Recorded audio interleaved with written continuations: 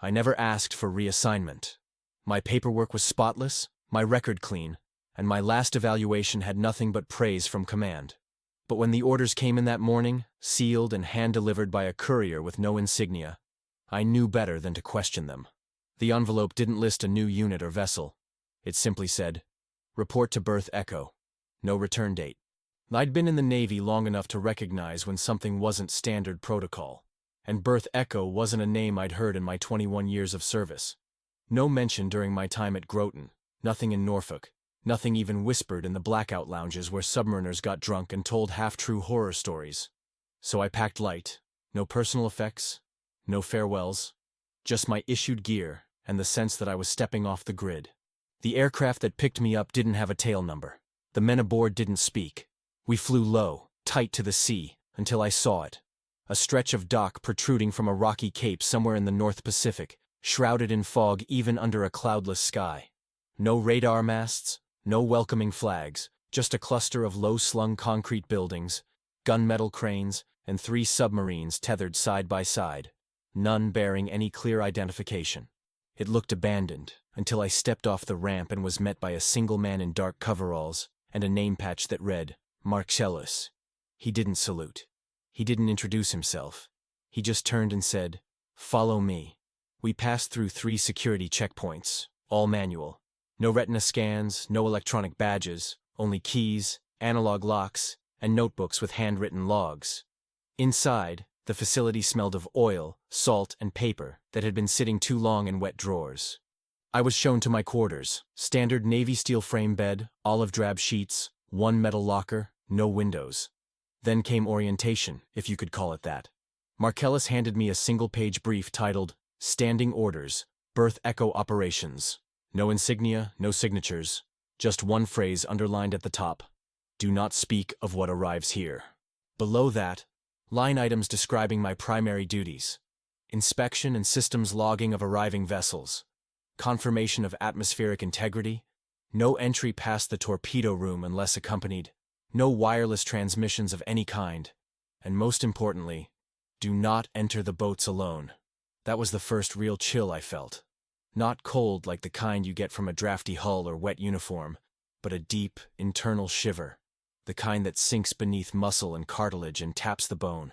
Because something about this entire operation felt ancient and wrong. The subs themselves were relics. At least one looked like a Godot-class diesel-electric, something that should have been cut up for scrap after the war. But it sat there, hull unmarred by rust, the paint dull but intact. Another vessel had no visible propellers, no snorkel, and a design I couldn't place. Almost like a Soviet Typhoon, but thinner, with ribbed plating that suggested modular assembly. They weren't just old, they were alien. Not foreign like enemy, foreign like not meant to be here. And none of them had arrived by sea, not a single one was towed in, they just appeared. Marcellus told me the routine would settle in. Every 3 days, one of the boats would cycle out to the deep dock, where it would submerge under its own power, despite lacking active reactors, functioning engines, or, by all accounts, any crew. It would vanish. Then, days or weeks later, another would take its place, mooring itself quietly in the night. No witnesses, no alerts. Only the logbook at the central desk would be updated, in block letters typed on a manual Smith Corona with a ribbon that never seemed to dry. My job was to document whatever changes occurred during their time at port. Pressure readings, internal humidity, power fluctuations, temperature shifts, and auditory anomalies. That last one, auditory, was listed without elaboration. I would later understand why. The days blended quickly. Time didn't move right at Berth Echo. Watches lost sync with the network, even the Navy issued chronometers.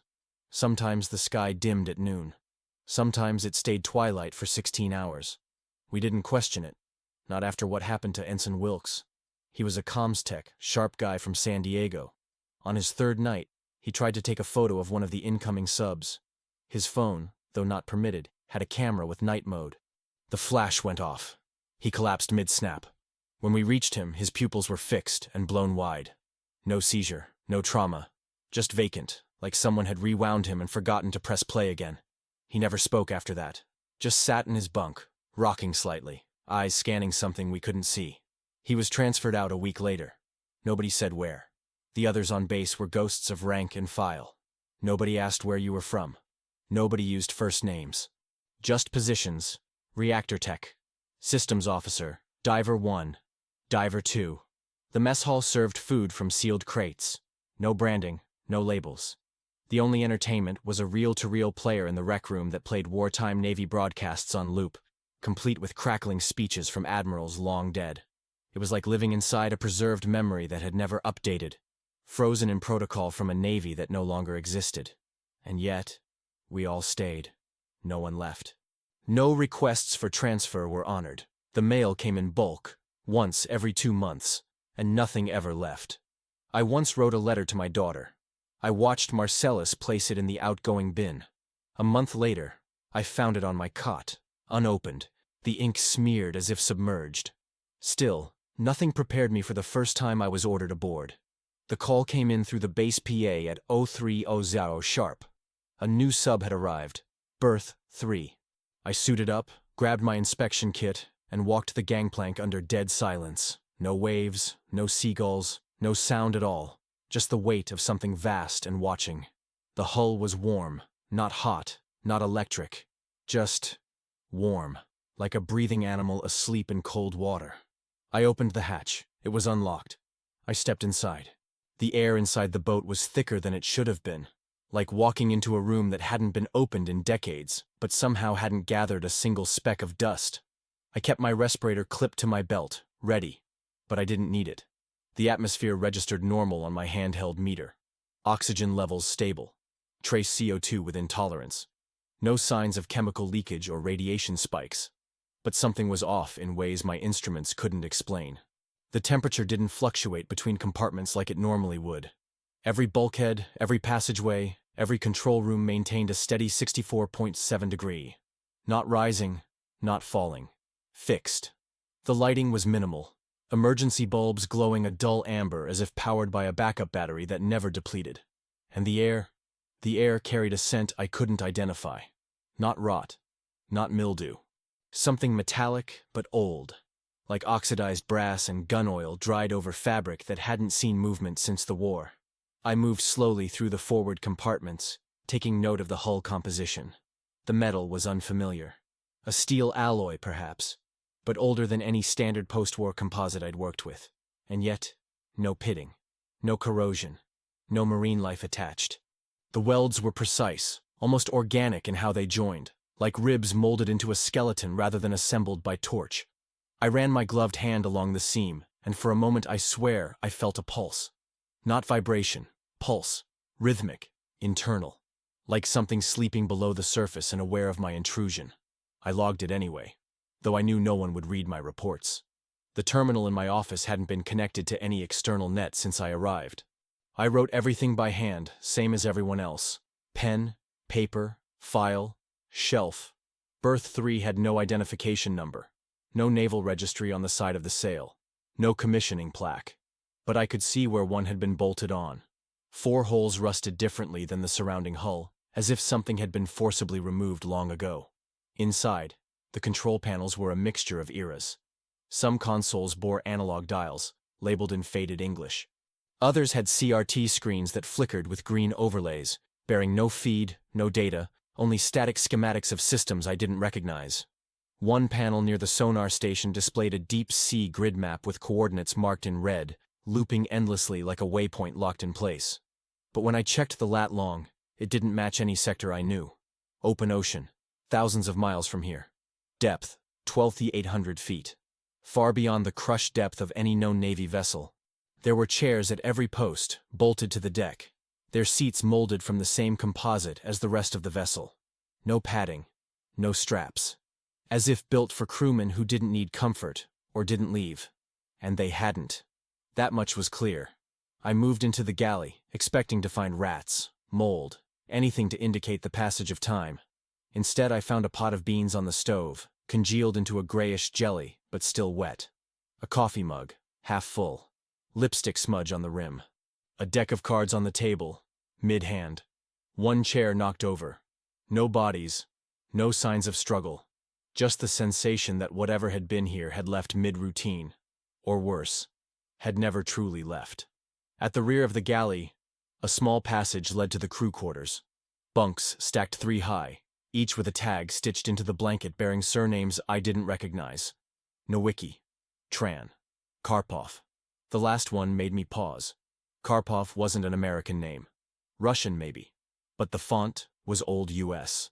Navy style, embroidered like it belonged to one of our own. I checked the drawers below each bunk. Uniforms still folded, pressed with starch so strong they cracked when unfolded. But the insignias weren't right.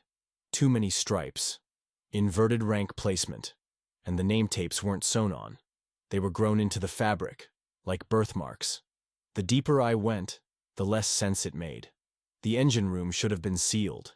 It usually was on vessels like these. But the hatch opened with a soft hiss, and behind it I found not turbines or reactor coils, but a chamber of concentric rings, spinning slowly, humming at a frequency that made my vision blur slightly at the edges. It looked less like a propulsion system, and more like something biological, like a spine suspended in fluid. Cables extended from the rings into the deck plating, pulsing with a faint green light. I approached, careful not to touch anything, and felt the air thicken around me like I was being watched. Not by cameras, not by sensors. Watched, like prey. On my way back toward the conning tower, I passed a small alcove I hadn't noticed on entry. Inside was a single locker, slightly ajar. I opened it. Inside hung a uniform, clean, unworn, and it had my name on it. Not just my last name, my full name. Rank, serial number, blood type, all correct. It looked newer than the rest of the ship. I didn't touch it. I just stared at it until something behind me creaked. I turned. Nothing there. But the overhead lights flickered. Once, twice, and came back brighter than before, almost white. I left the boat without sealing the hatch. I didn't write up the full report that night. I couldn't. I sat in the rec room staring at that damn reel-to-reel as it played a 1944 recruitment speech for the 100th time. The sea will test your strength. The depths will judge your resolve. But the Navy will never abandon you. I don't know if I was more comforted or horrified. The next morning, the uniform in the locker was gone. I checked the footage. Old CCTV tapes stored in magnetic reels because nothing here used digital. There was no entry log between my departure and the dawn shift.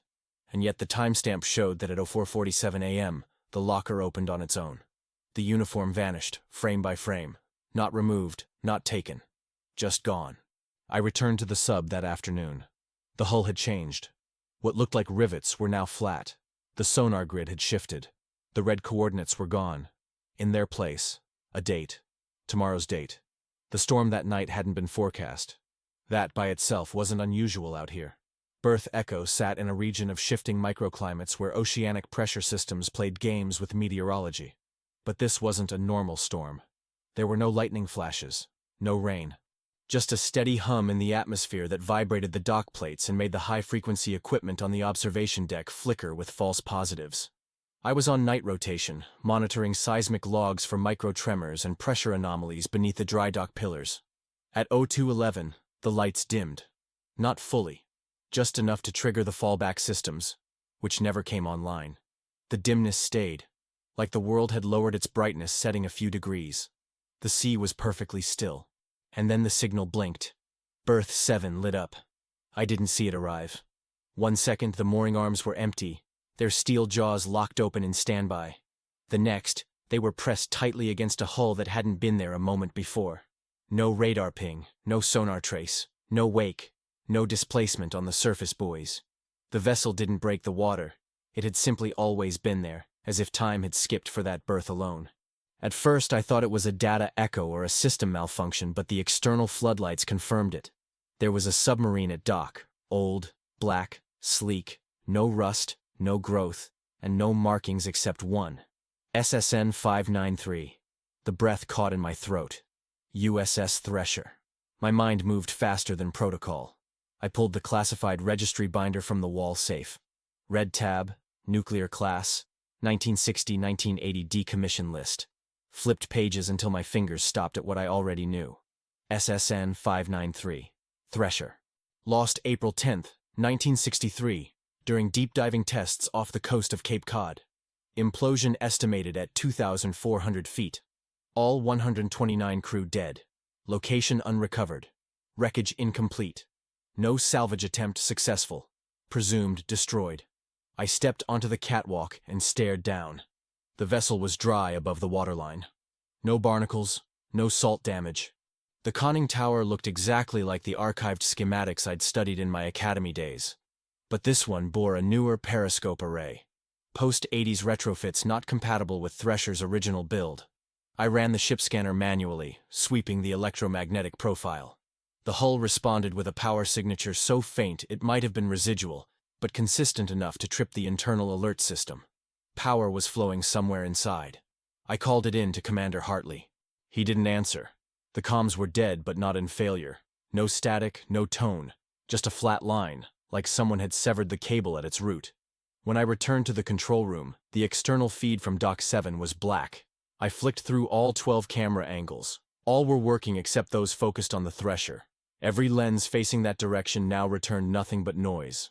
When I switched to thermal, the vessel glowed faintly, not like metal reflecting ambient heat, but like the steel itself was exhaling a low-level signature. Heartbeat temperature. I noted the readings. 38.9 degrees. Too hot.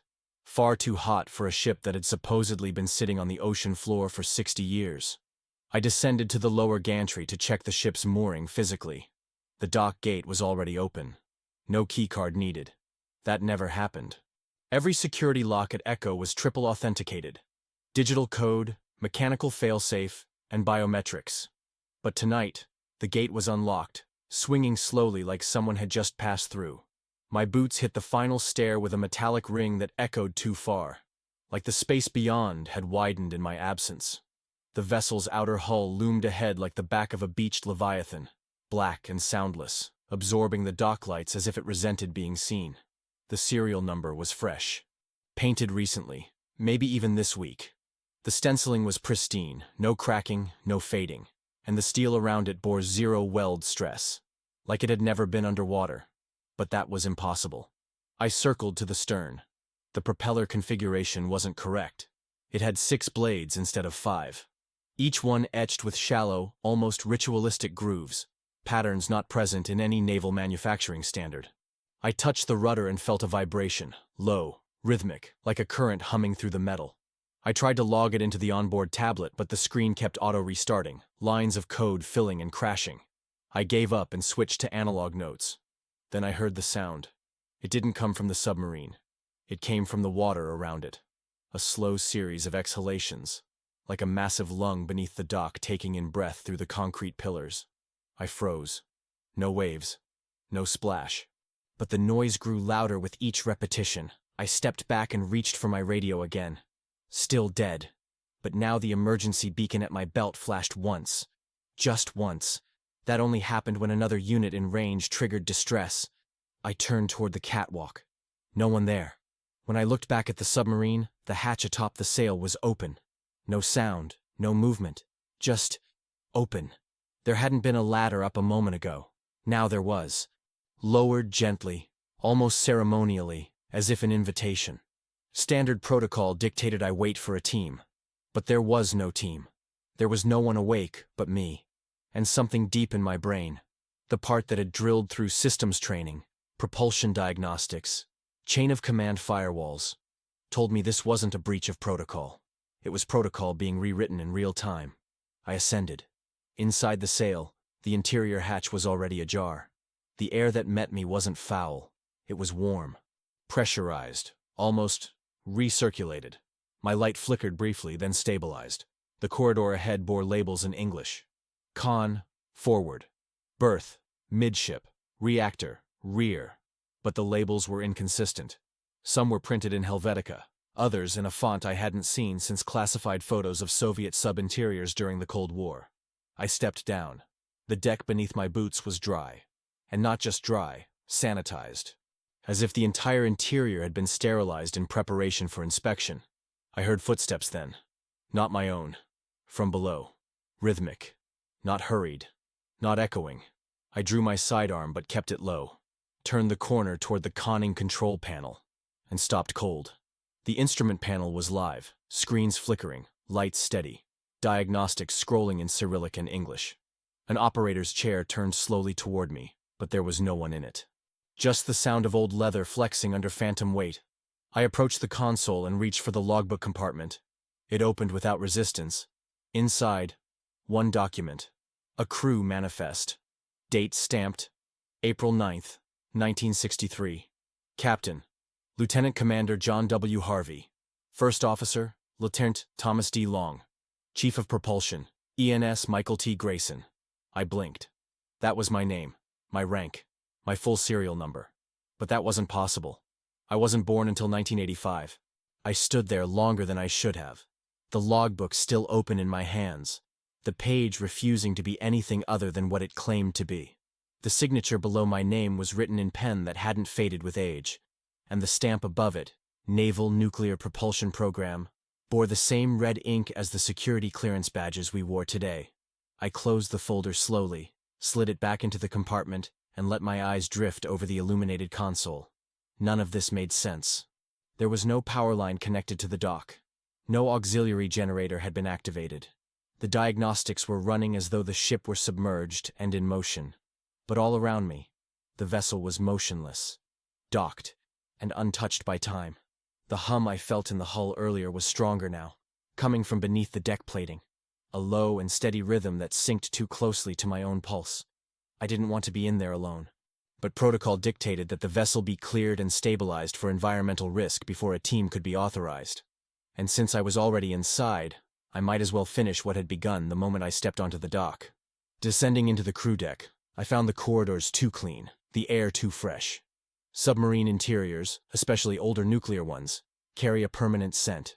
Diesel, grease, cold metal, and the faint trace of sweat baked into vinyl cushions. But this place had none of that. It was sterile, like a set built for a film, except every surface bore the imperfections of genuine use. Scratched corners, scuffed steps, faded control labels. Nothing was brand new, and yet nothing showed decay. I passed through the mess area. The benches were bolted in place, and a stack of aluminum trays sat neatly beside a locked cabinet. One tray had dried food residue on its edge. I reached out and touched it. Still soft. Moisture. Recently used. My heart was beating faster now, and I realized I was gripping my flashlight too tightly.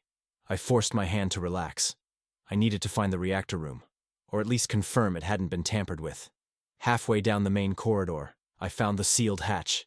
Not a bulkhead, not a watertight door. A full hatch, round, old-fashioned, with a mechanical locking wheel and pressure valves that hadn't been standard since the 50s. It was slightly ajar, but the tension in the hinges kept it sealed tight. No air hissed from inside. No smell leaked through. Just silence. I placed a gloved hand on the wheel, cold to the touch. No vibration. No resistance when I began to turn. It moved as if recently oiled, smooth, and obedient, until the latch gave way with a hollow clunk. I pushed the hatch inward. The compartment beyond was the bridge, the control room, command central, and it was immaculate. Every gauge, every switch, every dial was in place and appeared functional. The overhead red lighting was active, casting a dim, almost womb-like hue across the consoles. But what caught my eye immediately wasn't the equipment. It was the analog clock mounted on the aft wall above the tactical plotting table. It was ticking, audibly, and the time it displayed was not random. It read 09-1702, April 10th, 1963. The exact time the Thresher was lost. I stepped closer. There was no power cable running to the clock. It wasn't battery-operated. It was a wind-up naval standard model issued to nuclear fast-attack submarines of the early 60s. I had seen one in a museum once, back when I still thought museums told complete truths. The second hand moved precisely, without stutter. I stood still and listened to its rhythm, counting the seconds, matching each tick to the distant vibration running through the ship. The hum wasn't mechanical. It was biological. Heart-like. It echoed faintly behind every surface, as if the steel walls were resonating with breath. I reached the plotting table. On it, a map had been laid out. Atlantic coast, circa 1963. The pencil markings traced a path from Portsmouth Naval Shipyard to deep water off the New England shelf. A red circle had been drawn around coordinates I recognized from a declassified Cold War sonar chart, the site of the Thresher's final ping. Below the map, a slip of paper bore a hand-scrawled note. Maintain trim. Do not exceed test depth. They are listening. The handwriting didn't match the captain's signature in the logbook. It was shaky, frantic, and smudged with something reddish-brown. I turned slowly, checking the rest of the room. The radio console was lit. The sonar repeater was idling. The periscope tube was locked in the stowed position, but the clamps were loose. One of the chairs had been pushed back from the station, as if someone had just stood up. No dust, no disturbance, just readiness, frozen in time. I felt it again, the sense that I was being watched. Not by eyes in the shadows, by the vessel itself. There's an old superstition among submariners. We call it the hull whisper. It's the idea that a submarine, after enough time at sea, becomes aware of its crew. Not in a conscious, sentient way, but in a subtle, responsive one. Doors open when needed. Valves cooperate, systems behave better for trusted hands. But this wasn't that. This was something else entirely. A presence that predated crew or captain, a memory embedded in steel. My radio crackled then. Not static, actual voice, a whisper. Bridge secure. Depth increasing. I froze. The radio wasn't connected to the base. The dock antenna was offline. I grabbed the receiver. Identify. Who's transmitting? No reply. I reached the console and tried to disable the internal systems, but they were already offline. The lights dimmed again. The hum intensified, and then the clock stopped ticking. Dead silence, followed by a single mechanical sound from behind me. The hatch had closed. I lunged for it, yanked the wheel. It didn't move. The locking mechanism was engaged from the other side. I wasn't alone anymore. I stepped back, scanning the room. The radio crackled again, this time just static. Then, faintly, a voice came through, clearer, as if from a long distance across time. You should not be here. It wasn't a threat. It was a statement of fact. And then the map burst into flames. Not with heat, with light. It glowed from within, igniting in total silence before disintegrating into ash that fell neatly onto the table. I stumbled back, knocking into a console. The diagnostic screen flared with one final line of text before going black. Subject recognized. Sequence repeating. I didn't wait for more. I turned to the hatch again, this time pounding on the steel with the butt of my flashlight. No response. No echo. As if the vessel itself had decided to swallow me whole. And then, with a final lurch, the floor beneath me shifted. The submarine was moving. The shift in the submarine's weight wasn't subtle. You don't spend years inspecting hull geometry and stress warping on vessels of this class without knowing exactly how they move under pressure. The feeling was unmistakable. Forward tilt, then slight compensation starboard. I grabbed the edge of the console for balance as the internal gyros in my mind kicked in. The instinct honed from a decade of crawling inside steel tubes too deep for natural light. But this wasn't simulation. This wasn't some accident of memory. The Thresher was moving, or rather, simulating the motion of descent. No ballast was active, no propulsion initiated. Yet every plate, every bolt, every joint in her frame shifted in coordination, just enough to trick the inner ear. I reached the hatch again. This time, it opened without resistance. The corridor was darker now. Not red lighting. None at all. But I could still see. Not because there was light, but because the walls themselves seemed to emit a soft, oily glow, as if the photons were leaking from old memories embedded in the steel. I moved forward. Every footstep echoed louder than it should, like I was walking through a vessel made hollow by something long since gone. My flashlight had stopped working. I didn't even remember turning it off. It dangled from my wrist, useless and cold. I passed the mess again. The tray I'd touched earlier was gone. In its place, a single tin cup with the naval emblem from the 1960s. Eagle, anchor, shield. Still crisp as if stenciled minutes ago. The cabinet was ajar. Inside, more trays, more cups, each stacked in perfect military order. But every single one bore the same serial number etched into its base, 0963 Thresh. Not standard issue, not recorded in any supply manifest, and certainly not present in the Naval Archive Registry. I made a mental note, knowing full well that no one would believe me. The The crew quarters were silent, but no longer empty. As I passed the first bunk room, I paused. Bunks made, lockers shut. But there were boots, 6 pairs, neatly aligned on the floor. And on each bunk, folded uniforms. The old olive drab type with shoulder patches long discontinued. I stepped closer. One of the shirts bore a stitched name tag, Kowalski, EJ. I froze. I knew that name. Not from history books, not from war records, from base maintenance. Kowalski was one of the machinist mates at Berth Echo. I had coffee with him 3 nights ago. We talked about torque alignment on external dive planes. He made a joke about how nobody ever says aft anymore. I remembered because I laughed too hard at something so dumb. And yet, here it was. His uniform, sized correctly, aged realistically, and folded in the manner dictated by the 1961 Submarine Fleet Manual. On the inside of the collar was his service number. I pulled up my internal recall of base personnel files. The number matched. Perfectly. I opened the locker. Inside was a service record booklet, yellowed at the edges, filled out in black ink. The entries ended in 1963. The final line, reassigned to SSN 593, Operation Sea Bridge. No such operation ever existed. I checked. Multiple times. I stood in that narrow room breathing air that wasn't mine, surrounded by ghosts who weren't supposed to be real. And then I heard my name. Not shouted, not whispered, spoken. Calm, formal, unmistakable. Lieutenant Commander Wyatt Graham. Compartment 5, please. I turned, expecting someone behind me, but the corridor was empty. The voice had come from the intercom, an intercom I hadn't seen before, mounted beside the bunkroom door. It was the old carbon grill style, tied into internal comm systems, phased out before I was even born. The speaker hissed, then went silent.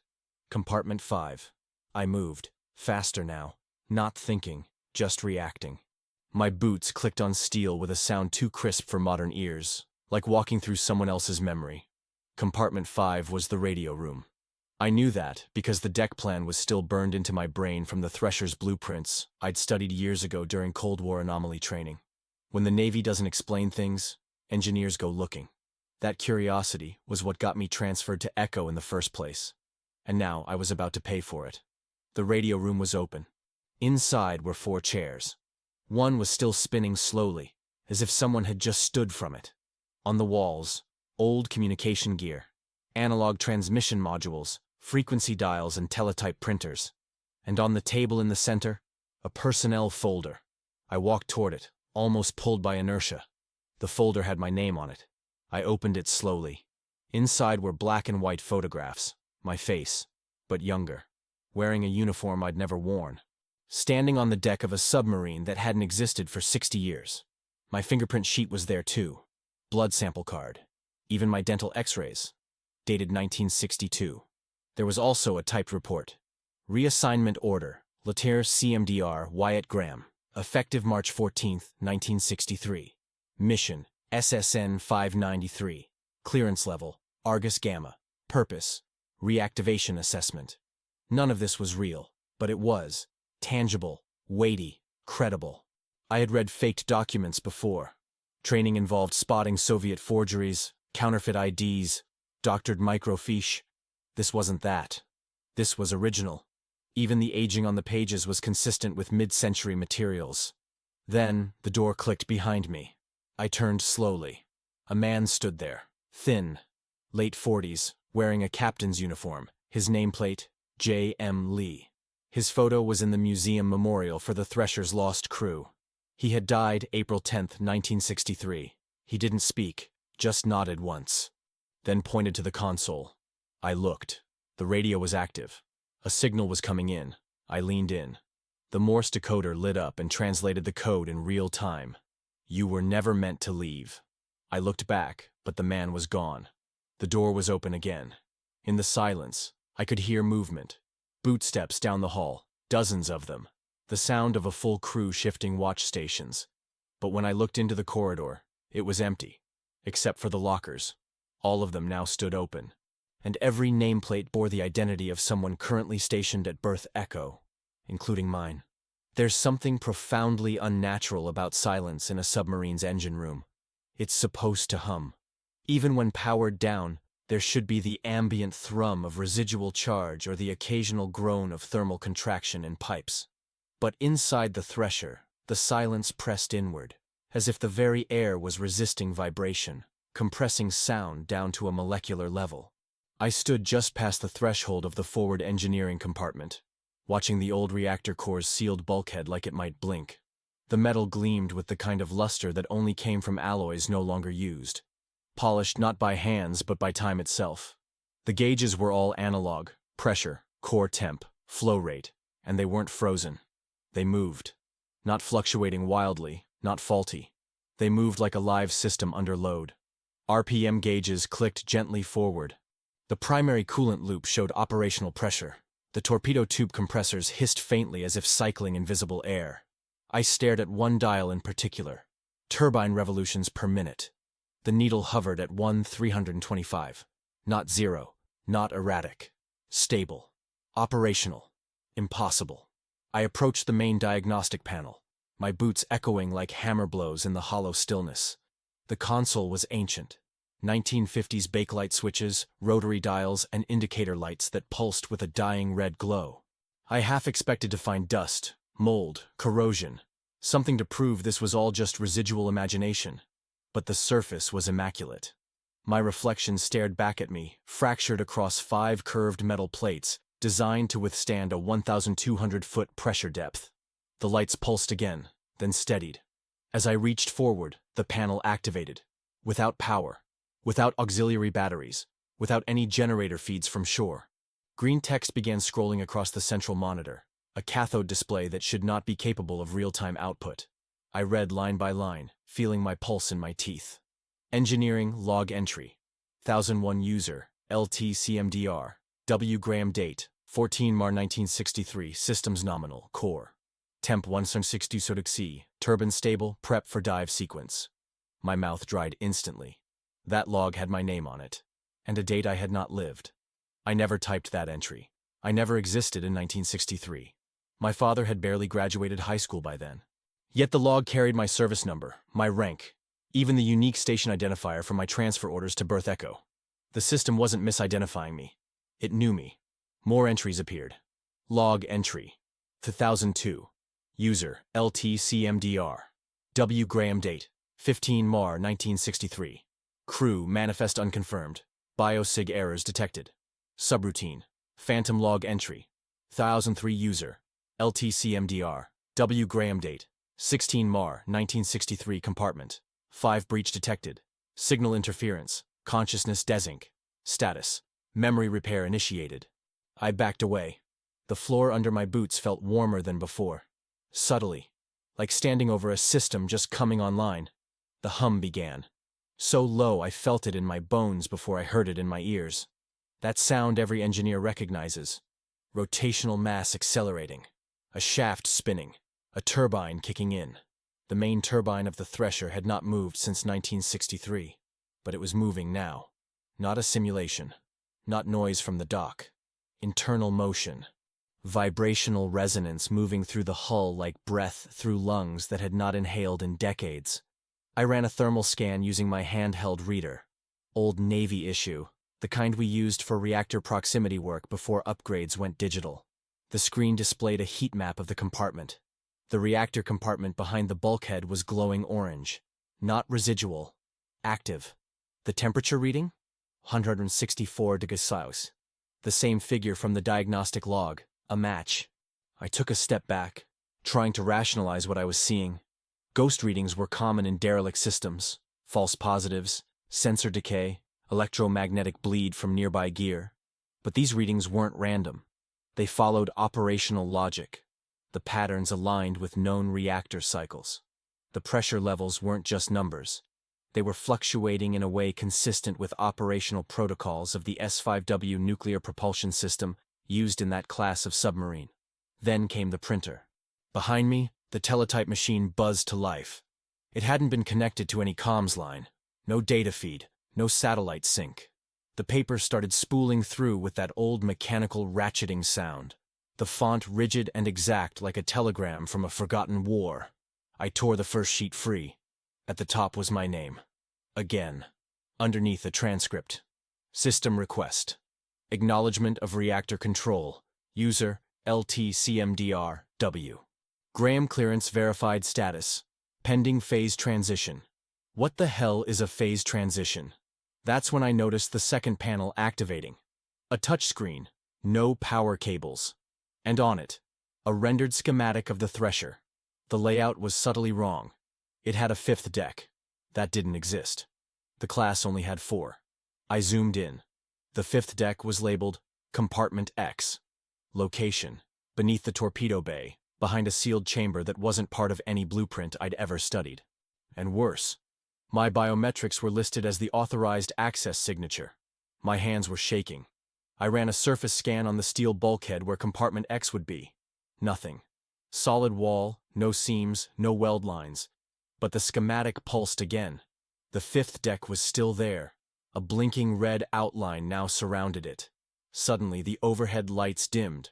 Not flickered. Dimmed. Controlled fade.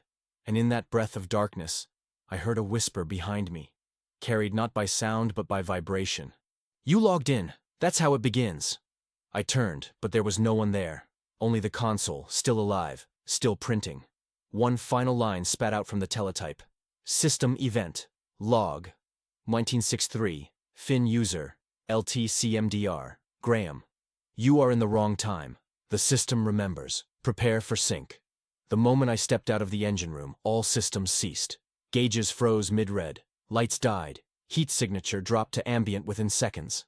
It was like the vessel exhaled, releasing me back into a world where time obeyed again. I stumbled into the corridor, heart racing, unsure of whether I had truly left or simply been ejected from something that knew I had seen too much. When I returned to the base control center to report the anomaly, the engineering logs had vanished from my handheld. My reader was blank, and the personnel database no longer listed the thresher as present at berth 7.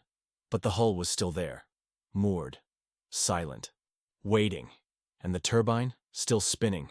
I could hear it in my dreams. The periscope room on any submarine is a place of sight and silence, where vision is narrowed into a tube of possibility and threat. You're not supposed to hear anything there, only the weight of your own breathing and the slow mechanical grind of metal as optics shift through water and light. But that night, the thresher's periscope moved long before I touched it, and the voice that called my name was not in the air. It was inside the steel. It started after I'd been reviewing the schematics again, obsessing over Compartment X, the fifth deck that shouldn't exist but had been rendered in detail on the touchscreen just hours earlier. I couldn't sleep, couldn't eat, couldn't focus. Every system reading from that impossible engine room had burned itself into my memory like heat and bone. The logs were gone, erased from our network. The thresher was still docked, but her presence was like a riddle with no beginning. When a base technician told me the periscope had rotated itself 3 degrees portside and wouldn't reset, I knew I had to go back. I took the service ladder down to deck 2. The corridor lights on the thresher hummed low with a faint electric buzz, the kind that gets under your skin. The periscope room was forward of control, accessed by a narrow pressure hatch that hadn't been touched in decades, yet the latches were clean, greased, ready, as if someone had prepped it for me, as if I was expected. When I stepped through the threshold, the room's only source of illumination came from the periscope display console, which pulsed softly with green scan lines.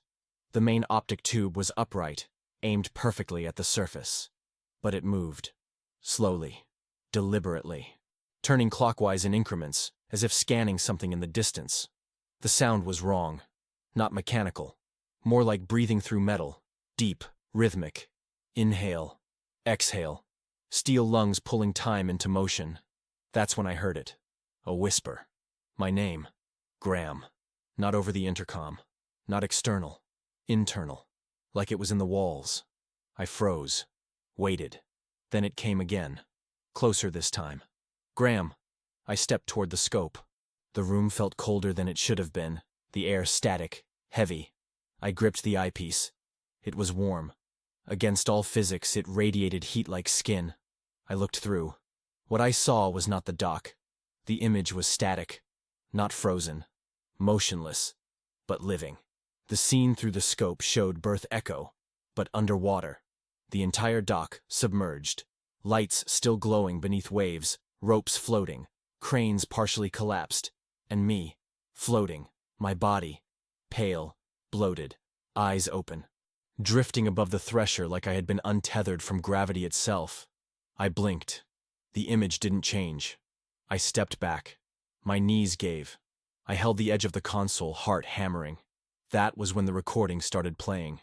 It wasn't a tape, not an audio file. The periscope's console display lit up and printed log data in green. But instead of text, it showed a waveform. A flat line at first, then a rising pulse, like a heartbeat. The speaker crackled once, then again, and then the voice came. It was mine, but not me. LTCMDR, Graham, confirming periscope scan, status, post-event, visual, terminal. You are the last confirmed instance. Synchronization incomplete. Maintain containment. Do not exit the vessel. I shouted at the console, demanding to know what the hell this was, what it meant, but the screen pulsed brighter, and then flashed an override code I didn't recognize. It was Navy, but old. A sequence of 16 characters that matched the discontinued encryption used in Cold War-era satellite uplinks. I grabbed the maintenance tablet from my side pouch and began recording. The periscope was still showing the submerged dock, still showing me. But then, a ripple. A figure entered the frame. Not swimming, moving through water like it didn't resist them. A man in full dress whites, face covered in shadow. He reached for my body. His hand passed through it. And then he looked up. Directly into the scope. Directly at me. I reeled back. The console blared an error code. Then corrected itself. Then wrote a single message on screen. You're watching a future you haven't reached yet. I slammed my hand against the emergency cutoff, but the system wouldn't disengage. The optic tube rotated violently on its own, spinning almost 40 degrees starboard. The gears shrieked, and then the entire image turned black. No fade, no static, just black. But the voice returned. Different this time, no longer mine. It was old, cracked, cold. They all saw themselves, and none believed. But you will. You have to. Because your hands are already on the ignition, and it wants to leave. The lights went out. Total darkness. My breath fogged in front of me, even though the system read 74 °C ambient just moments before. I crawled back through the hatch, slamming it shut behind me. I ran the logs afterward. The periscope room registered 0 activity. No rotational data. No thermal spikes. No optical feed. I requested the security camera footage from the corridor. The timestamp from the last 47 minutes was corrupted. When I reviewed the file, all I saw was a looping image of me entering the room. Over, and over, and over. But I never came out. Yet I was standing there, watching it. Alive. Or I thought I was. Until I noticed the loop starting to play again, one final time. And in this version, the door never closed. It stood wide open. And something stepped out behind me. I turned. There was nothing there. But the recording continued, frame by frame, showing me watching the recording, and the thing standing behind me, watching both of us. The morning after the periscope incident, I was summoned by a junior officer who'd never once made eye contact with me prior, his voice thin, efficient, like the scratch of a pencil on paper. He didn't mention the previous night, nor asked if I was okay. He simply handed me a folded slip with the letters SB-17B stamped on top, a designation I'd never seen in any orientation schedule. No time listed, just, report immediately. My mind raced through protocol. SB series rooms were for secure briefings, but this one wasn't in the original layout they handed me upon arrival. I followed the corridor past the known zones of berth echo, then farther down a descending stairwell lit only by auxiliary lighting, a sickly green that made even stainless steel look like bruised skin. When I reached the bottom, there was no door, only a checkpoint guarded by 2 men in non-standard Navy uniforms. No rank, no names. They scanned my badge, then gestured me forward. The room I entered was bone-dry and acoustically dead, the walls padded with thick layers of insulation that absorbed every sound, even the shift of my boots across the concrete floor. In the center, a single desk with 2 chairs. On the far end, a man waited. Older, civilian attire pressed so stiff it looked militarized. His face was neither familiar nor unfamiliar, like a composite sketch half recognized from a past news clipping. He didn't introduce himself. He merely nodded once and slid a manila folder across the desk. Inside were photographs. Aerial images of Berth Echo from various angles, all dated. One from 1974, another from 1989, another from 2007. Each showed the same layout of docked submarines, the same vessels. No personnel visible. No signs of aging in the structures. I froze when I saw a final image, taken in 2022, labeled Surveillance Internal, Dockside. I was in the frame, crouched beside the SSN 593, clipboard in hand, time-stamped 4 months before I ever received my transfer order. The man asked me if I remembered being there. I denied it. He asked again. I denied it again, slower. Then he placed another item on the desk. A fingerprint scan, labeled BioAuth, subject MD Harper, match 100%. Next to it, a photograph of me, or someone who looked exactly like me, in navy dress whites from an era that didn't match. The insignia was outdated. The patch read NAV CARND, with a seal last used in the 1970s. But it was my face, my build, a scar across the brow I hadn't had until last year. He said nothing for a long time. Then without changing tone began reading aloud. Subject participated in Operation Deluge, April 1994. Subject witnessed Contact Echo, November 2002. Subject assigned to Project Recursion, July 2010. Subject reassigned to Berth Echo, March 2023. Memory resets, 3. I slammed my hand on the table, demanded to know where he got that information. He simply asked me if I had experienced any missing time, déjà vu, inconsistencies in environmental perception. I couldn't answer. My mouth had gone dry. He leaned forward and said very slowly, "You were chosen because you survive loops better than most." Then he handed me a document sealed in plastic. The cover page read, Restricted Naval Directive, Echo-class containment sites, temporal stability failures. The acronym TSF had been handwritten in red ink across the top. Inside, pages detailed exposure symptoms, visual displacement, double shadowing, recursive awareness, time anchor drift. Paragraphs explained how certain locations, Berth Echo among them, existed within zones of partial temporal collapse, caused by submarine reactors operating under quantum navigation experiments during the Cold War.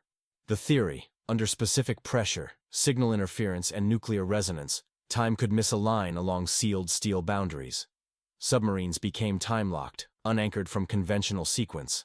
I scanned for evidence, for diagrams, for some sign it was a joke. But there were signatures. Pages stamped by real naval research centers long since shuttered. Facilities I had once toured during my propulsion training, now mentioned in conjunction with impossible phenomena. He said this was my 5th assignment to Berth Echo, that the personnel records showed 3 full tours, each ending in memory loss. I was part of an observation cycle, not for engineering, not for logistics, but to determine human psychological resilience under time-anchored anomalies. When I asked why I hadn't noticed this before, he handed me a pen and told me to draw the layout of the base from memory. I did. But what I drew didn't match the base I currently worked in. It was the 1987 configuration. I hadn't realized until I saw it with my own eyes. My brain had remembered something I should never have known. He thanked me for my cooperation, then told me to exit through the hallway behind him. I did. When I turned back to glance at the room, the desk was gone. The man was gone. The lights in the corridor flickered to black, then bright white, then back to normal. When I emerged at the surface, it was late afternoon. I checked my watch. 3 hours had passed, but the internal log showed no meeting scheduled. No room SB-17B existed in any building manifest, and my clearance file had been reset to default. No access to secure documents, no trace of the photos. Just a brief note in my daily orders. Dock inspection reauthorized. Proceed with mission. That night, I reviewed the training materials in my quarters. Some pages were new. One had a paragraph I hadn't seen before. It mentioned the term loop bleed and warned of the risk of identity dissociation if exposure exceeded 6 months. It ended with one instruction: avoid personal reflection in mirrored surfaces after exposure to Berth Echo. I closed the manual and stared at the stainless steel panel of the bulkhead across from me. My reflection blinked half a second too late. I hadn't stepped back aboard the SSN 593 since the debrief. Not out of fear, but something more precise. The sensation that stepping aboard would no longer be entry, but re-entry. As if every inch of the vessel recognized me in ways my mind had not yet caught up to. The base carried on in brittle routine. Orders arrived, maintenance continued, reports were filed and deleted in equal rhythm. But there was a tension below that, like metal stretched beyond tolerance, flexing just before fracture. I spent the next 2 days auditing diagnostics on adjacent hulls, but my thoughts returned to the Thresher every time I glimpsed it out of the corner of my eye, docked like a monument to something none of us wanted to define.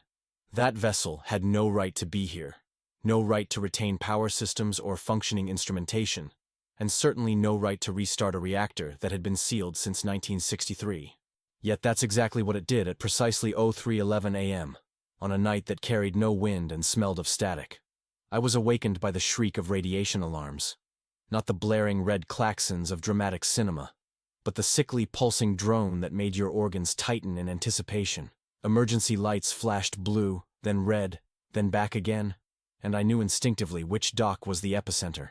By the time I reached the lower berth corridor, I was met by Lulcaron, Ramirez, and 3 other techs in hazmat prep. Her eyes said everything. "It's the Thresher," she mouthed through her respirator before handing me my own. No one asked how. No one asked why. We just moved, with that fluid choreography that forms in moments when answers are irrelevant to survival. We descended the access ramp into the hull, Geiger counters in hand, expecting to register at least background resonance. But there was nothing. Flatline. Not zero, just null. As if radiation itself had been suspended. When we reached the engine compartment, the reactor was glowing. Not with plasma, not with thermal haze, but with a low, internal phosphorescence that didn't match any known light wavelength. The containment shell was sealed, the manual override untouched, yet the core temp displayed on the analog panel read exactly 213.6 degrees, identical to the recorded peak temperature just before the Thresher was lost. Even stranger, the coolant levels were optimal. No breaches, no leaks, no explanation. I checked the log feed and found that the reactor had initialized autonomously with no input command. The activation timestamp matched the minute and second of the original implosion event. Ramirez tapped my shoulder and pointed to the far bulkhead. The inspection hatch was slightly ajar.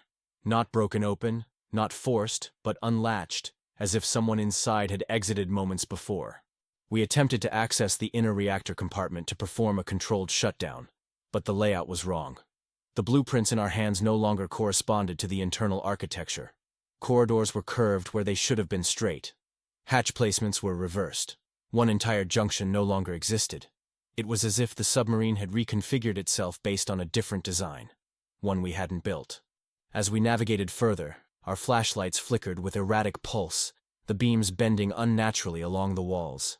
I felt a pressure behind my eyes, like we were walking not just into a machine, but into a memory that wasn't ours. Panels bore serial numbers in a script that seemed familiar and foreign at once. One plaque had my own initials etched beside a signature I didn't recognize, dated 1963. Then, somewhere beneath the low groan of the reactor's hum, came a mechanical sound, a rhythmic clanking echoing from the compartment beyond. Not footsteps, not gears. Something like a heartbeat imitated by pistons, perfectly synchronized with the Geiger counter's rhythm, despite its null readings. Ramirez and I split from the others, navigating through a side corridor that should have led to the starboard control junction. Instead, we found ourselves standing before a bulkhead that had no business being there. Embossed on it was the USS Thresher's original emblem, partially melted, partially new. The access panel beside it opened without resistance when I placed my hand upon it. Not a security scan, not a code, just contact. As if it recognized me. Inside was the central control nexus, or something meant to resemble it, but it wasn't from our time. Consoles were partially analog, partially something else, their screens showing spectral frequencies and timecode overlays that looped every 13 seconds. A terminal near the far wall showed logs updating themselves, thousands of entries, scrolling endlessly, all labeled under a single project header, Echo Retrieval Cycle. One of them bore today's date, and beneath it, my name. I moved toward the console and reached out, and the monitor shifted, just slightly, as if recoiling from touch. Then it cleared to black and printed a single line of text. "You restarted it." I turned to Ramirez. She was staring at the far end of the room, where the wall had begun to breathe. Not literally, but with a visual ripple, like heat over asphalt. Through it, we saw a corridor that didn't exist in our frame of reference. A mirror version of the one we had just walked. At the center stood a figure, suited, helmeted, identical to our hazmat uniforms, but with no insignia. It raised its hand, mimicking my movement precisely. Not delayed. Simultaneous. I stepped forward. So did it. We both froze. And then it dropped its hand. And I didn't. It wasn't a reflection. It was something else. At that moment, the reactor's hum ceased.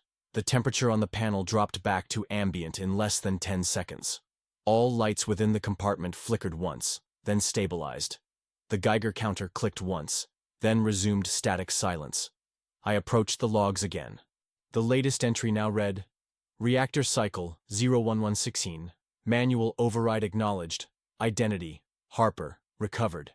I backed away, shaking, and turned to leave. Ramirez followed without a word. We regrouped with the others at the hatch, all of them visibly disturbed. No one asked questions. We simply exited the vessel in dead silence. Back on the dock, the sunrise hadn't yet crested the horizon, but something in the air had shifted. A salt-thick stillness. The thresher loomed behind us, powered down once more. I reported the event to command. They responded with a single sentence. Log incident under routine anomaly class. Proceed with operational reset. No further action, no retrieval, no inquiry. Just another buried moment in the archive.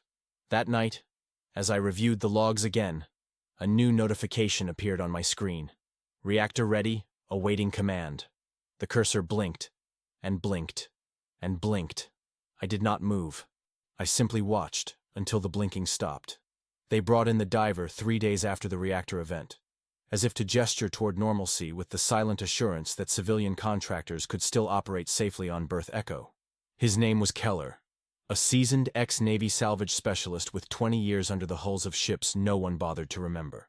He arrived with minimal gear, no questions, and an expression that didn't quite match his official resume. Too neutral, too practiced, like he'd already signed something that erased the part of him most men keep behind the eyes. His job was straightforward, on paper. Inspect the substructure beneath the floating dry dock for stress fractures and corrosion after the thresher's anomalous power spike. But there was nothing routine about where he was going. I knew what lay beneath. Or, at least, I thought I did. Keller suited up in silence.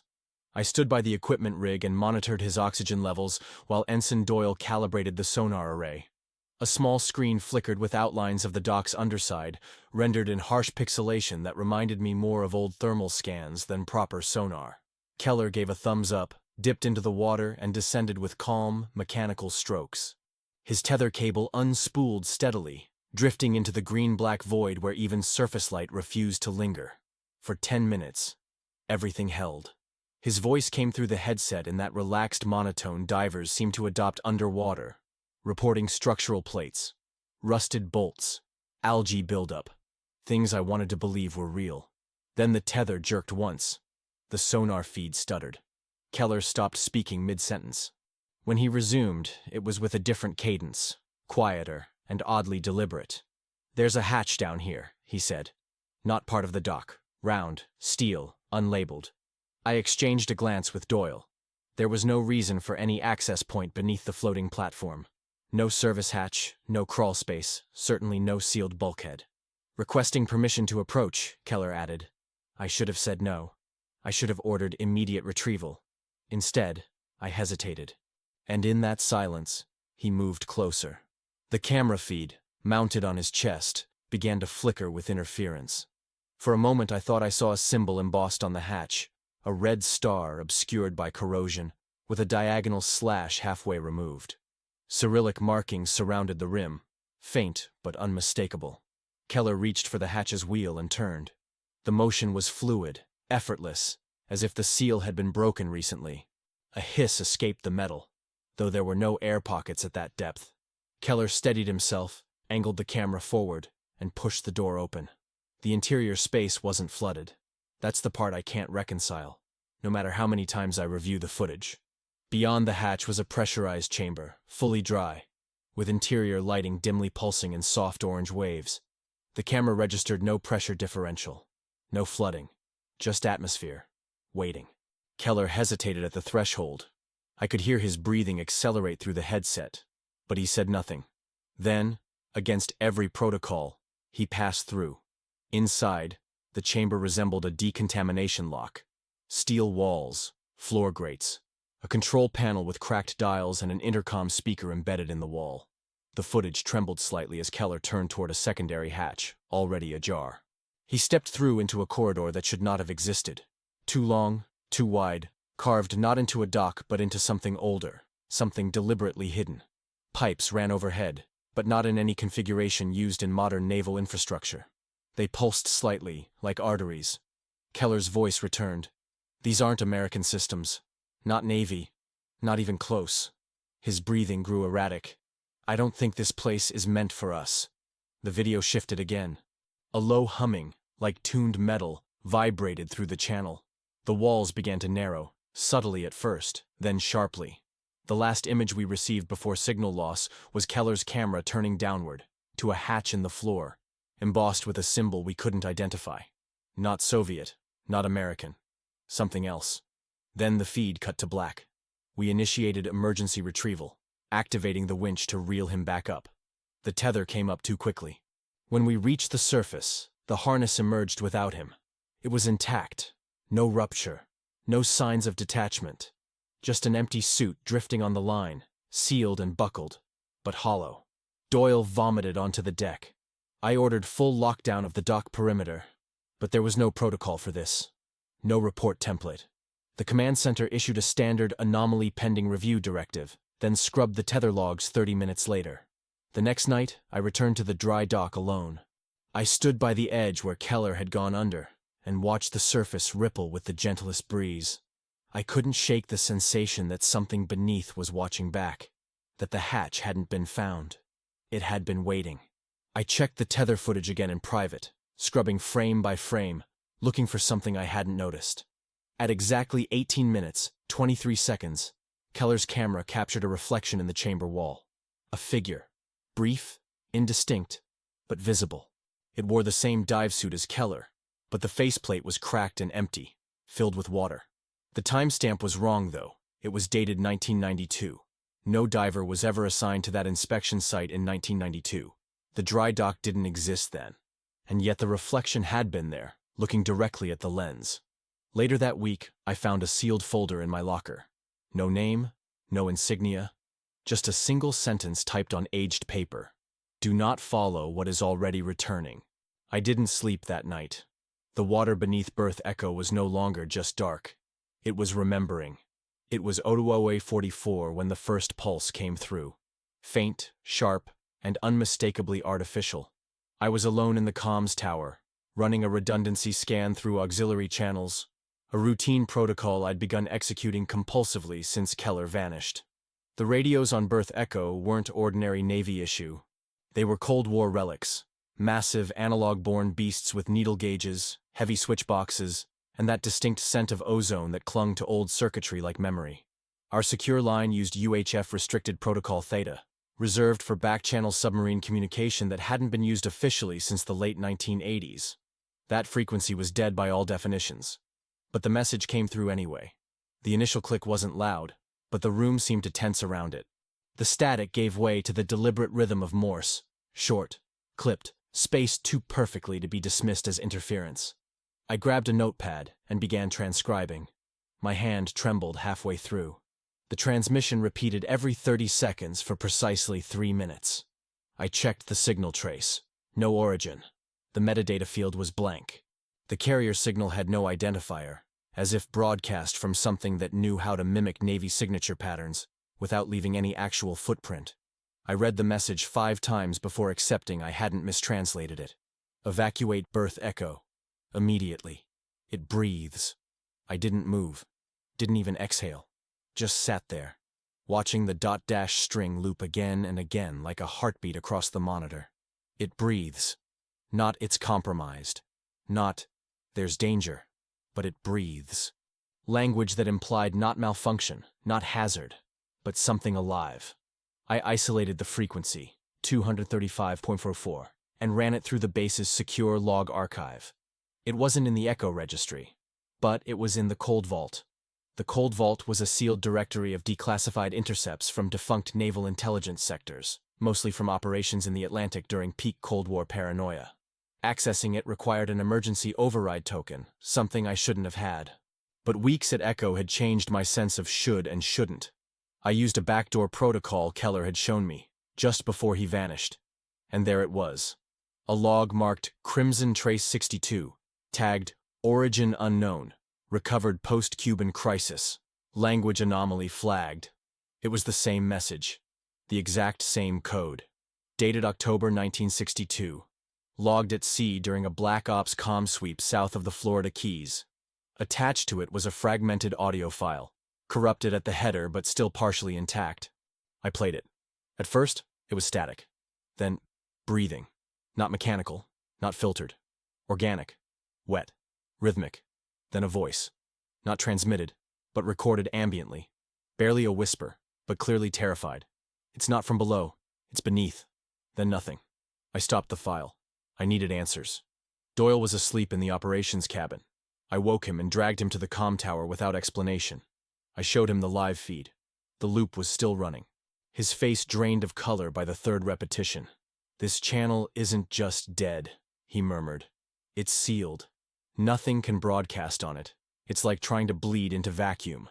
I told him about the Cold Vault file. We rechecked the origin timestamp. The encryption key matched not just the 1962 incident, but the exact frequency configuration used during joint Soviet-American sonar surveillance operations on the North Atlantic anomaly, Operation Blue Rafter. No one spoke of Blue Rafter anymore.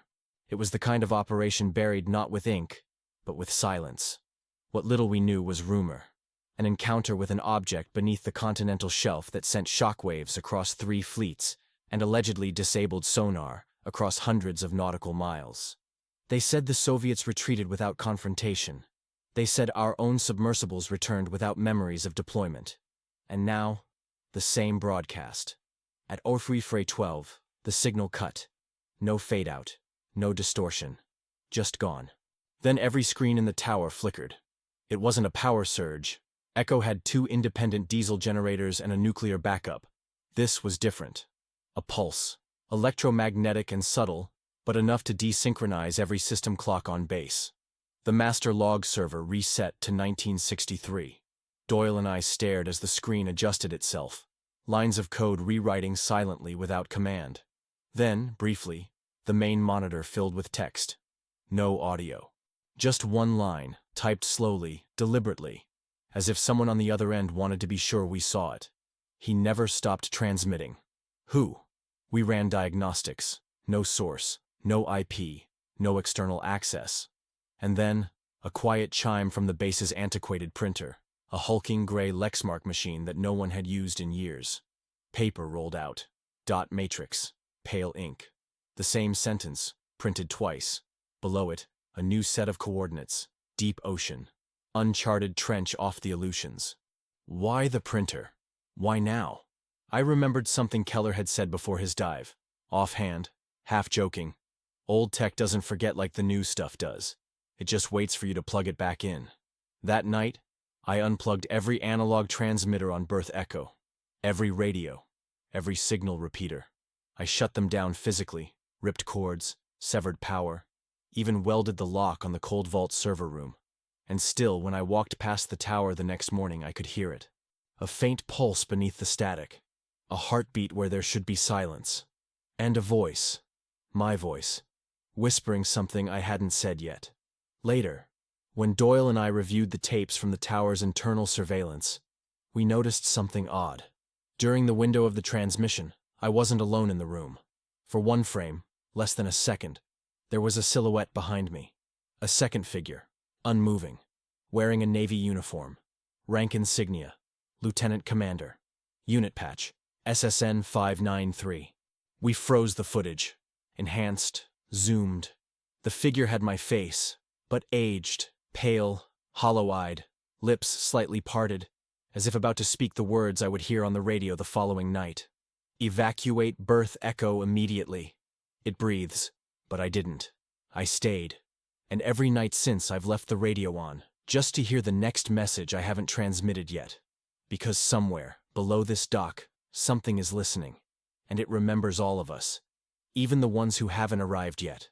After the transmission ceased and the screens went dark, there was a stillness across Berth Echo I hadn't felt before.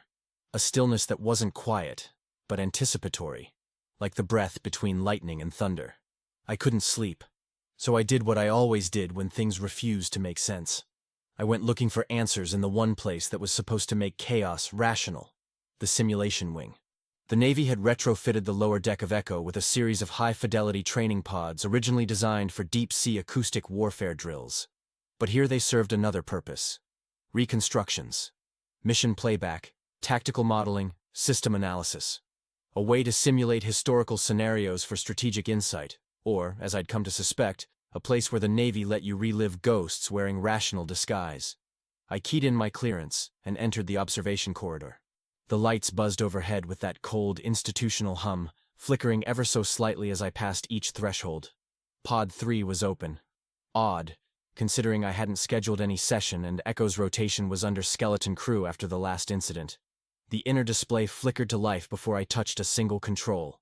A white prompt hovered in the center of the curved screen. Load, SSR 593 black box. Mem. I stared at it. Breath held. SSR. Submersible Simulation Reconstruction. 593, Thresher. But MEM? That wasn't standard.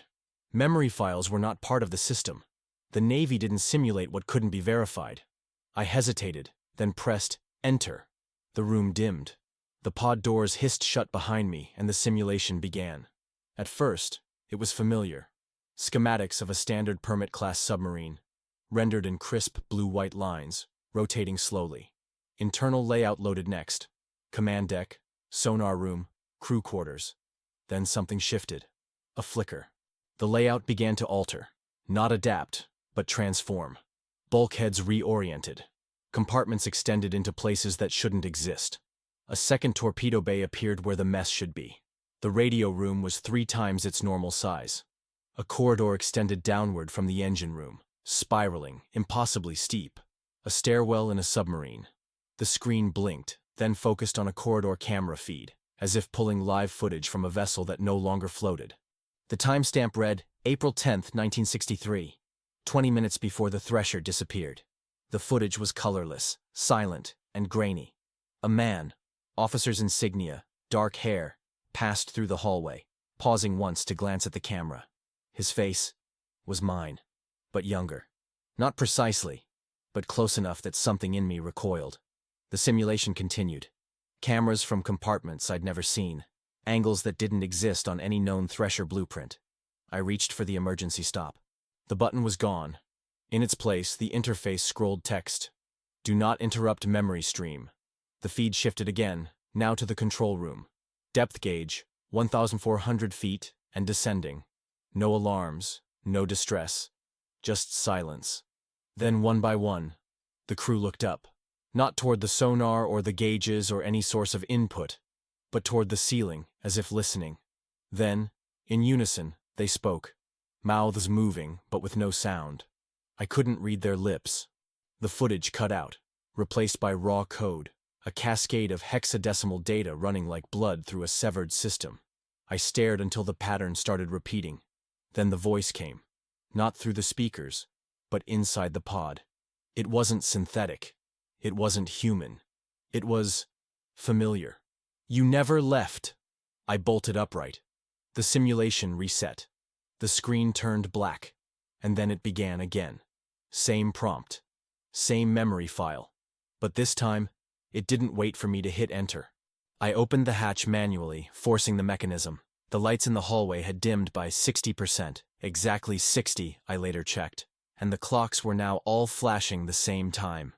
Aero 918, the moment the Thresher lost contact in 1963. I walked the length of the sim wing, stopping at every terminal. Each now displayed a different mission, but none of them were recorded in Navy archives. SSR 341 Blackwater MEM. SSR 412 Trenchline MEM. SSR 999 Dreadwake MEM. None of them real, none of them filed. but all somehow embedded in the system, waiting. I pulled the master circuit breaker. The screens stayed on. In fact, they flickered brighter. It was Doyle who found me an hour later, seated in Pod 5, staring blankly at a wall of unreadable code. He said I kept whispering, "I already ran this simulation." When he tried to pull me out, he said the pod wouldn't release its magnetic lock for over 12 minutes. After that night, I stopped using the sim room. But it didn't stop using me. Because the dreams started soon after. Not dreams, really. Replays.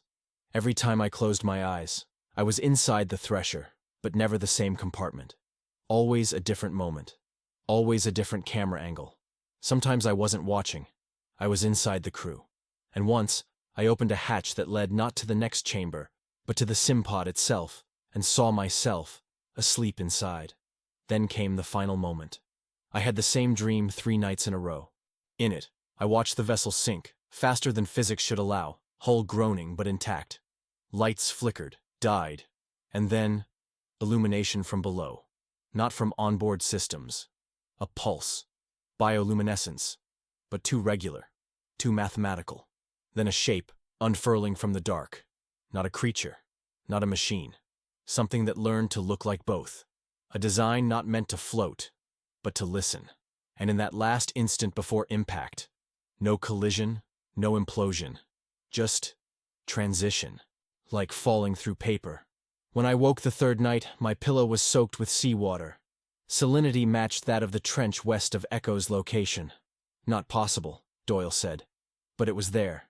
He tested it twice. We haven't spoken of it since. I returned to the sim wing once more, just to be sure I hadn't imagined it all. But Pod 3 was gone. Not just decommissioned. Physically gone. An empty space in the wall where it once stood. As if it had never been there. As if it had never needed to be. Because it wasn't a simulation. It was a recording. And some recordings play back long after the source is gone. Some just wait for the right operator. It happened without warning, on a night the sea refused to move. I remember because the wind had died entirely. Not a breeze, not a ripple. And the air hung thick and slow, as if the atmosphere itself had entered some state of suspension. Echo Base's automated flag near the helipad dangled limp on its line, defying even the smallest tug from the coastal currents. I had just finished compiling an incident report that would never be sent, writing in passive voice the things I no longer believed were coincidences or malfunctions. The terminal clock read 0211. I heard the first groan then, long and deep like pressure against steel hulls flexing after decades of rest. It wasn't local, at least not entirely. The sound came from the water, but echoed through the substructure of the dock itself. It vibrated in the soles of my boots. I stepped onto the observation gantry that overlooked the dry dock channel. Fog had begun to roll in, not from the ocean but from behind the facility. An inland fog that moved like an intelligent front, curling down the stairwells and around the hangar rails like smoke through trained nostrils. The water below was still, unnaturally still. The kind of flat that makes the brain whisper mirror instead of ocean. And then I saw it. One by one the submarines surfaced.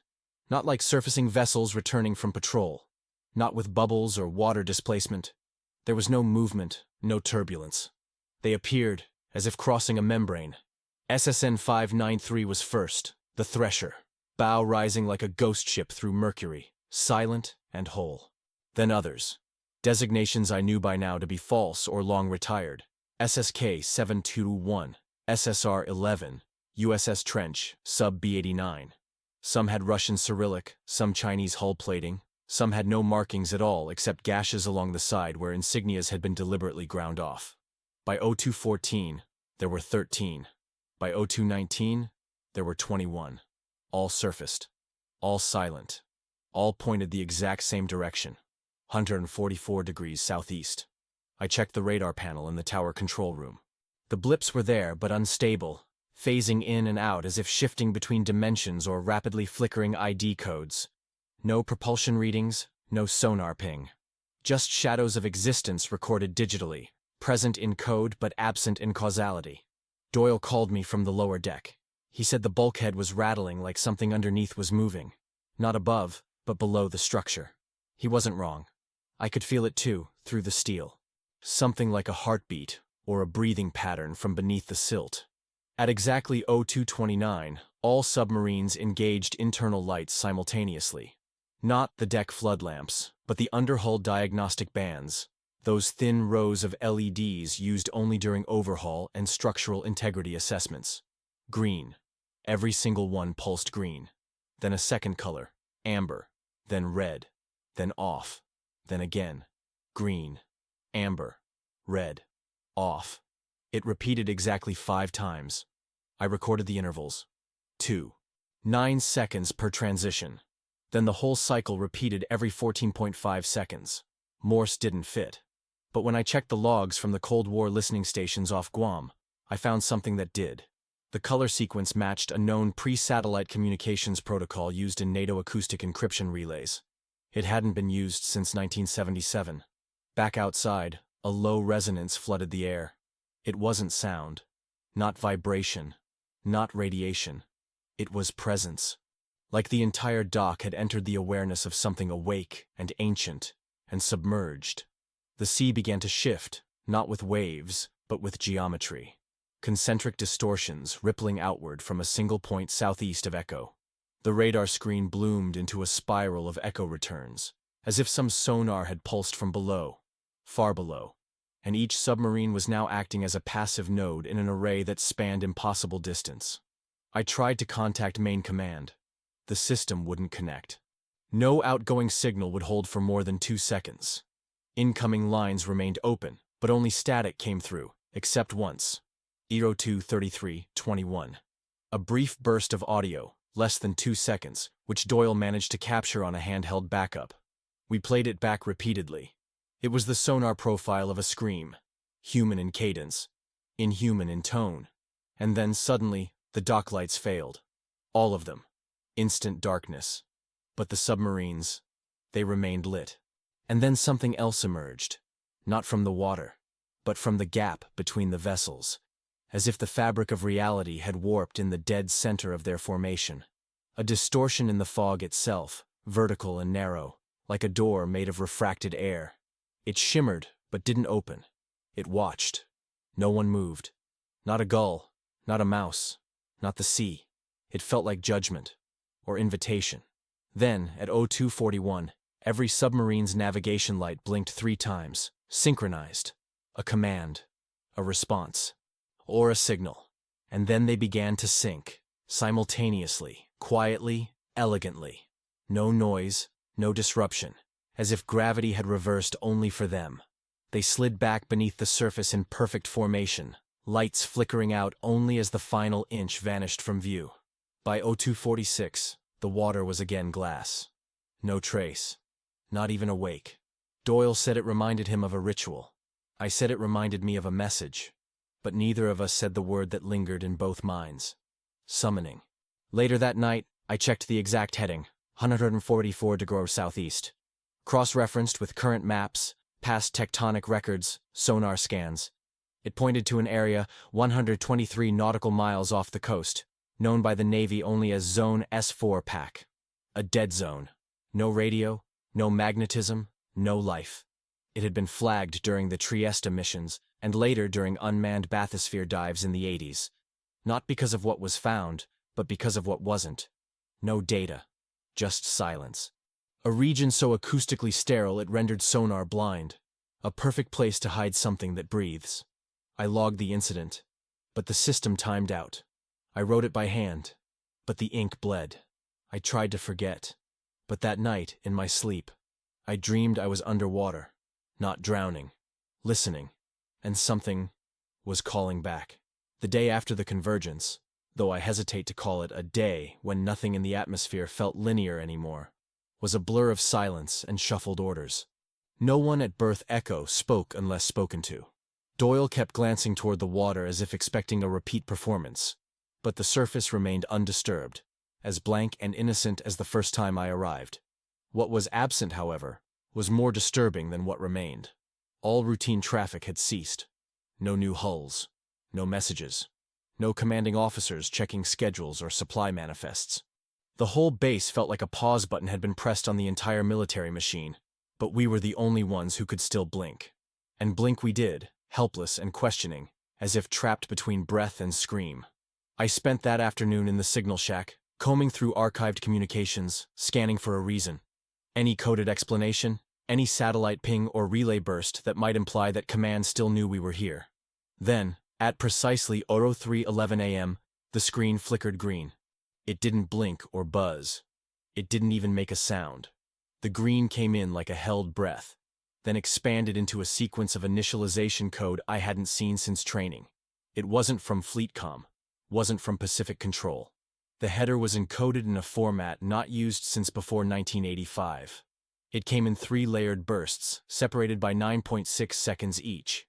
The originating address, Subnavcom, Pearl Harbor. The timestamp, April 10, 1963. The subject line, Reactivate SSN 593. Minimal crew. Priority absolute. My breath caught mid-exhale. SSN 593. The Thresher. The same vessel we had recovered in impossible condition. The same hull whose reactor reignited by itself. The same one whose periscope showed my own floating corpse. It was still docked, motionless, down in berth 7. The message didn't just reference it. It commanded it, a launch order, from a unit that had been decommissioned for 6 decades. I scrolled further. The full instruction set followed an exact Cold War mobilization protocol. Crew complement, 3, systems, auto, navigation, locked. Destination, classified. There was a final signature field.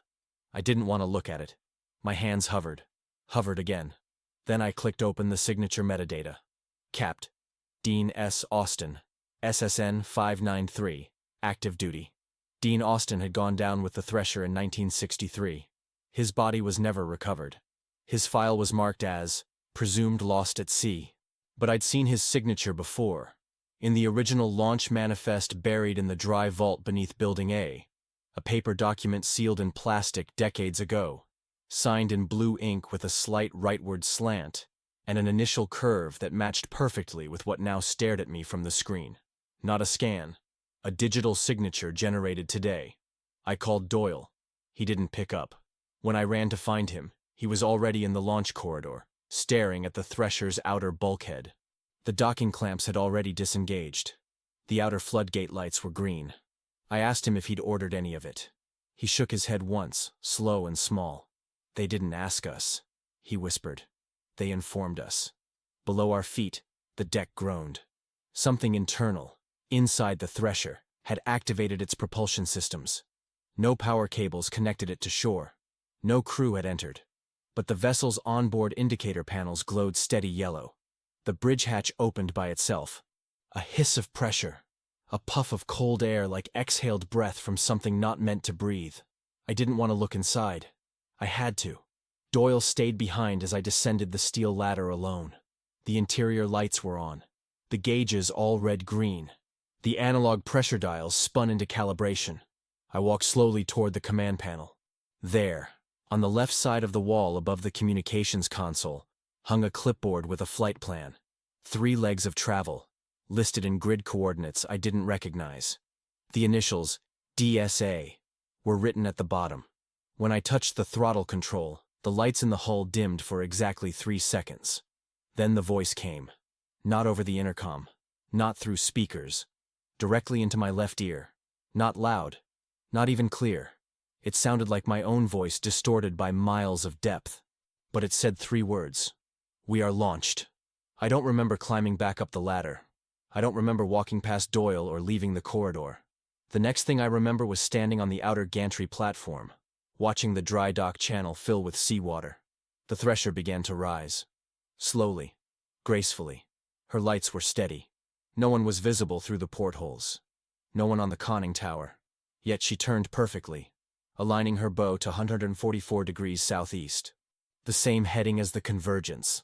She began to move. I shouted. No one responded. I screamed over the intercom to abort the floodgate cycle. But no systems responded. They weren't even offline. They were in override. No command I typed was denied. They were simply ignored. The dock watched silently as the Thresher slid out into the open Pacific, her screw fully operational, churning dark water into luminous trails behind her, as if drawing lines into uncharted cartography. Doyle finally spoke. He didn't look at me. Do you know what happens when an order is received from an extinct command chain? He asked. You follow it, or you become part of it. The rest of the night was void. We didn't sleep. The facility remained in dim operational mode. The lights flickered on and off every 6.3 minutes, like breathing. The security cams stopped recording. The clocks paused at 03:33. When they resumed, it was 06:06. In the morning, I checked the launch logs. There were none. Berth 7 listed as empty since installation. The floodgates had no mechanical record of opening. The tracking sonar showed no departures. And the clipboard with the grid coordinates? Gone. But something was left. A single envelope on my desk. No postage, no markings. Inside, a photo. It showed me, Doyle, and 4 others standing in front of the thresher, smiling. The image was sepia-toned, edges curled with age. In the corner, written in pen, the words, Berth Echo Commissioning Crew, 1963, Project, Voyager. And behind us, docked in perfect clarity, was the thresher, with no rust, no damage. And the American flag above it was stitched with only 49 stars. I left Berth Echo with a printout in my hand and a name in my mouth that no one was supposed to remember. The name of a dead captain, the coordinates of a phantom submarine, and the memory of a launch that shouldn't have happened. I carried them like rot behind my ribs as I boarded a Navy transport back to Washington. I hadn't filed a request to leave. No one signed my orders.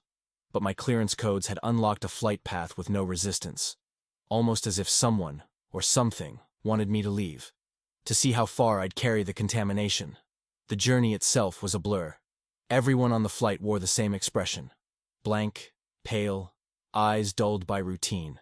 I kept expecting one of them to ask why I was shaking, sweating, twitching with the static of what I'd seen, what I'd touched. No one did. They looked past me, through me, as if they recognized something in me that they'd been taught to avoid. When I landed at Naval Station Norfolk, the sun felt artificial, too warm, too perfect.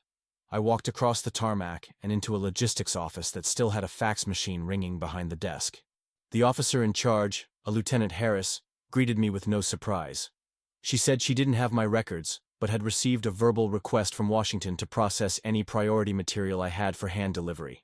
I handed her the envelope, the photo of the commissioning crew, the launch codes, the grid coordinates, and asked her to log the origin site as Berth Echo. Her fingers froze above the keyboard. Her mouth twitched. Berth what? She asked. I repeated it. Slower. Berth Echo. Echo Class Dock, Pacific Fleet. Code 17771A. She typed it in. The system returned nothing. She tried variations, added slashes, hyphens, entered it manually. No such installation, she said. Are you sure that's the correct name? I nodded. I felt my stomach twist. She turned the photo over in her hand. Where did this come from? She asked. I told her again. You were assigned there? She asked. And now her tone shifted, like I'd claimed to be stationed on Atlantis. She excused herself and made a call I wasn't supposed to overhear. But I did. I heard words like unauthorized, possible breach, and containment protocol. When she returned, her smile was wider, her voice more polished. She said there'd been a mix-up and that the debriefing would happen at the Pentagon. That transport was being arranged immediately. I didn't protest. I was too tired, too raw. And deep down, I knew already that the place I had come from wasn't going to follow me here. Not cleanly, not traceably. The Pentagon was colder than I remembered. The corridors had changed. The lighting was more sterile. I was taken to a lower level I'd never been cleared to before. A room with no insignia. Just a table, a chair, a file folder with no name. A man entered, not in uniform, no badges, no rank. He called me by name, said he understood I had questions. I didn't answer. I just waited. He sat across from me and opened the folder. Inside, a single photo. The same commissioning image. But the faces were blurred. Mine included. He asked me if I knew what persistent memory bleed meant. I said no. He asked me if I had experienced temporal drift, auditory reversals, recursive thought cycles, or full sensory loopbacks. I said I didn't understand the question. He smiled sadly. You were supposed to forget, he said. They usually forget. That's the point of the doc. I leaned forward. I asked him where Berth Echo was located. He tapped the folder. Nowhere, he said. That's why it works. I felt my voice rising, cracking.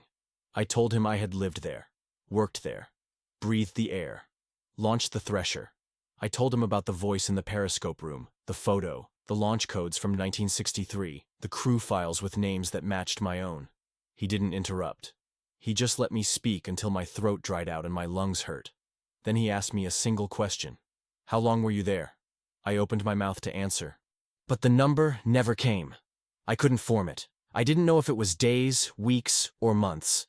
My memories folded like accordion paper, repeating the same sounds, the same corridor, the same rust pattern on the same bulkhead. He closed the folder, stood up, told me someone would be by to take me home. I never made it. The car that picked me up didn't take the highway. It drove west, then north, then in circles until I stopped tracking the turns. We ended at a motel. No signs, no front desk. Just a key under a mat in a room with no clock. I stayed there for 3 days, or maybe 10. Every time I looked in the mirror, my face felt wrong, tilted, off-center. My eyes weren't quite my own. I left eventually, walking until I found a bus stop. I bought a one-way ticket to San Diego and tried to get back to where it started. When I arrived at the coast, I rented a private boat and piloted it myself to the coordinates I had memorized. 28-2001 de Gros Men, 177th 36999 de Grubbu. Nothing. Open water.